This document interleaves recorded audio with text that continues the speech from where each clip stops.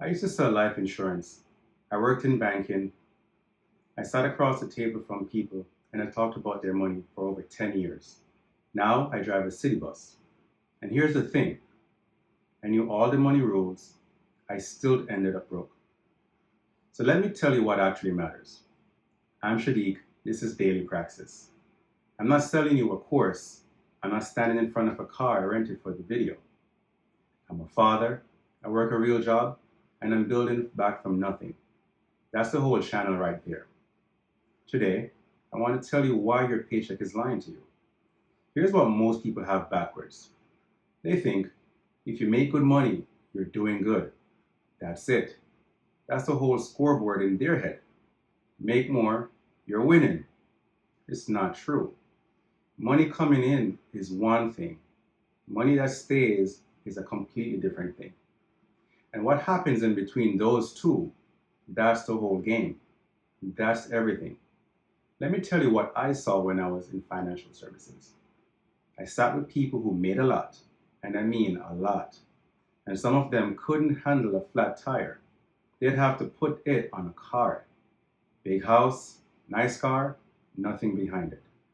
And then I sat with regular people, bus drivers, nurses, teachers, folks making normal money. And some of them own their own house free and clear. Money sitting in the bank, quiet about it, nobody knew. Same paychecks in some cases, complete opposite endings. So what was the difference? Picture a bucket with a hole in the bottom. You can pour water in as fast as you want. Doesn't matter. If that hole is still there, the bucket never fills up. Most people go with their whole life trying to pour faster, chasing the raise, chasing the second job, chasing more, more, more. Nobody ever told them to look at the hole. That's what a raise does for most folks. Nothing. Because the hole gets bigger right along with it. You ever notice that? You get more money and somehow you got the same amount left over at the end of the month. Maybe less. That's not bad luck. That's a hole. Now let me give you some numbers. And I want you to sit with these. The average American saves about 3 cents out of every dollar they bring home. 3 cents. Think about that. Somebody brings home $100, they keep 3. Now that's not a broke people problem. That's almost everybody. That's people making 40,000 and people making 400,000. Most folks are living right at the edge of whatever comes in. Here's what the edge looks like when something goes wrong. Almost 4 out of 10 people can't cover a $400 surprise without borrowing more money. $400. That's a car repair. That's a doctor's visit. That's the boiler going out in February. $400 and the whole month falls apart. And look at where we are right now. Today, credit card debt in this country is at a record.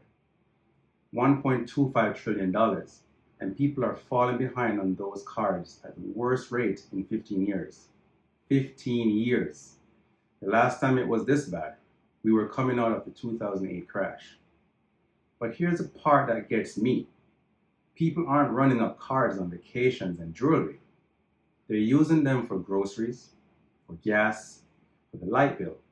They call that survival debt. Borrowing money at 21% interest to eat.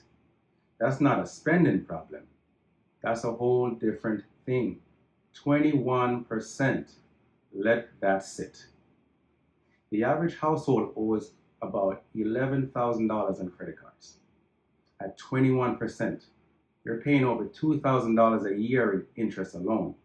Just interest, not touching what you owe. $2,000 a year, gone. That's a month of groceries.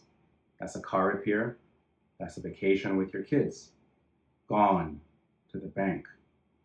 That's the hole. That's the biggest hole most people have.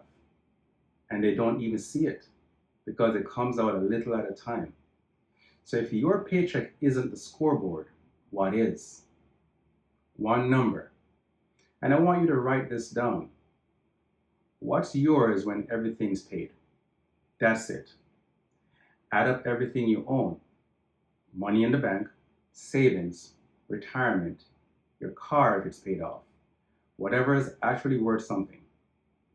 Then subtract everything you owe: cards, car note, student loans, all of it. Whatever is left over, that's your number. That's the real one, not your salary, not what you drive, not what people think when they see you. That number. And most people have never sat down one single time in their whole life and figured out what theirs is. I'll tell you something else.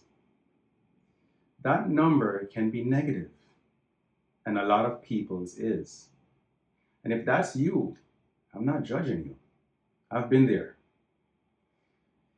That's where you're standing right now, and you can't fix where you're standing if you won't look down at your feet. So how do you actually move that number? I use 3 words, and I use them every day: pause, assess, choose. That's it. That's the whole thing. Let me break it down. Pause means stop. Just stop for a minute. Don't do anything yet. Assess means look at it. Ask yourself one question about it.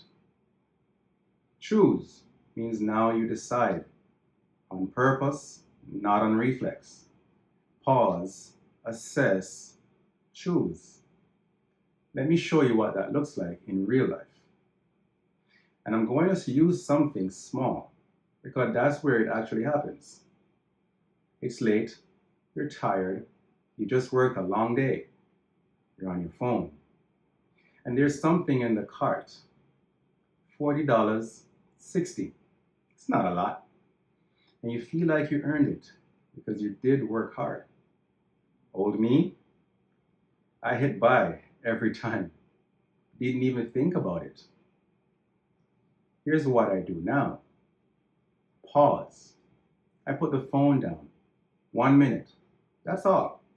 I don't decide anything yet. I just don't decide right now, because that button is built to be fast. They spend millions making sure you don't think. One tap and it's done. So the only move you got is to slow it down. Assess. I ask myself one question, just one. Is this filling the bucket or is this the hole?